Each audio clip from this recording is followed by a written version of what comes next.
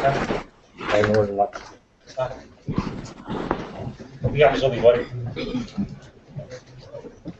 Is he there? Are you there? There he is. Are you online? Can we hear your Australian accent? Jyri. Yes, hello, how you going? You're watching something else. I had my microphone off because I didn't want to get any feedback. So. Oh, so how's life? Yeah, good. Okay, so what we there was something that if I'm going to give some feedback on Jyri. This is Jyri Manninen. He's a Finnish-born Australian. He's lived most of his life in Australia, and he was in Finland when I happened to have the idea to make something, and then I started dating Jyri in a business way, so we could create something together, and because of that, exists Silo. So Jyri is one of the co-founders of Silo, and is part of the Brainstorm community online.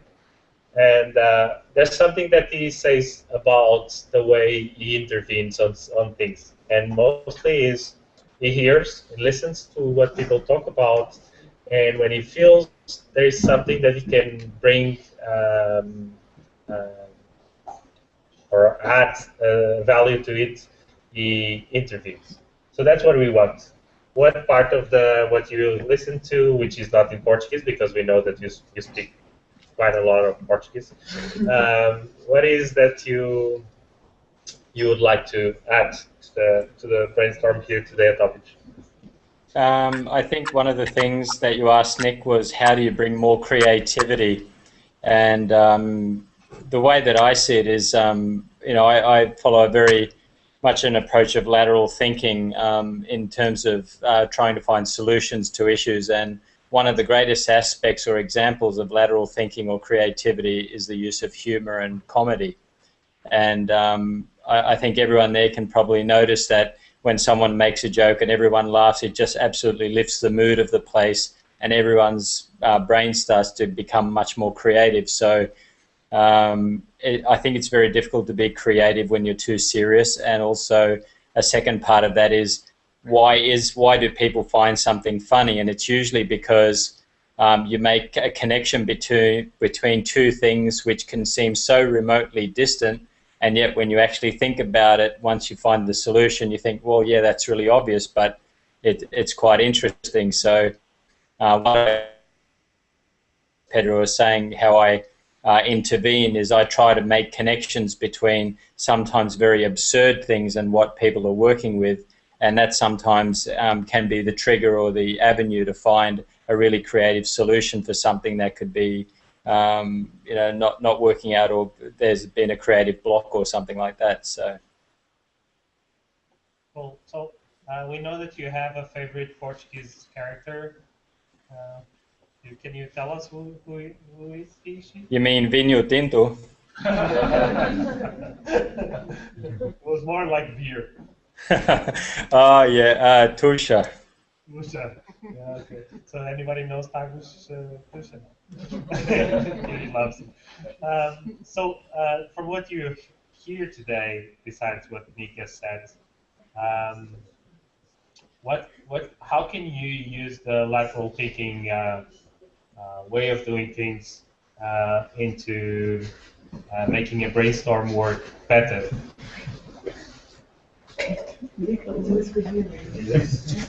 Is that a question for Nick or for me?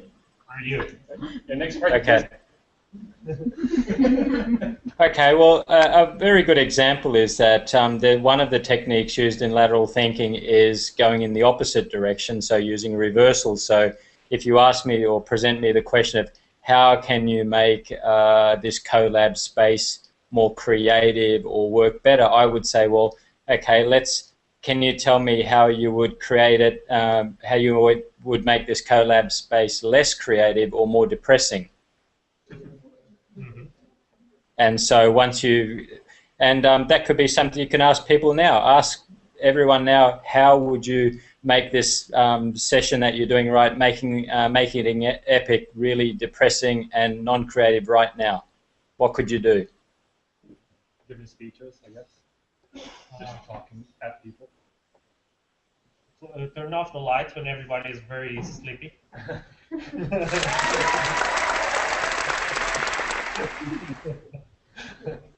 Anyone else? How can we make this more depressing? How can you make this worse? Complain. Complain. Being what, sorry? Stiff. Being stiff. Being stiff. Who else? Can I just ask that, why is complaining something that would make it less creative or more depressing? That's Jyri in work. Yeah.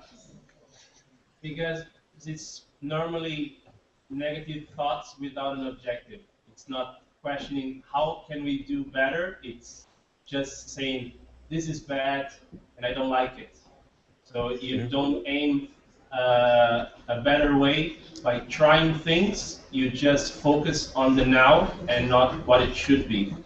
Okay.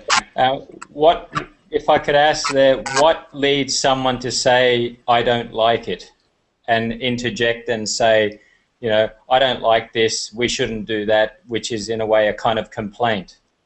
Why do we find that depressing or non-creative? No, it's not complaining, it's depressive. Only complaining, I think it's depressive.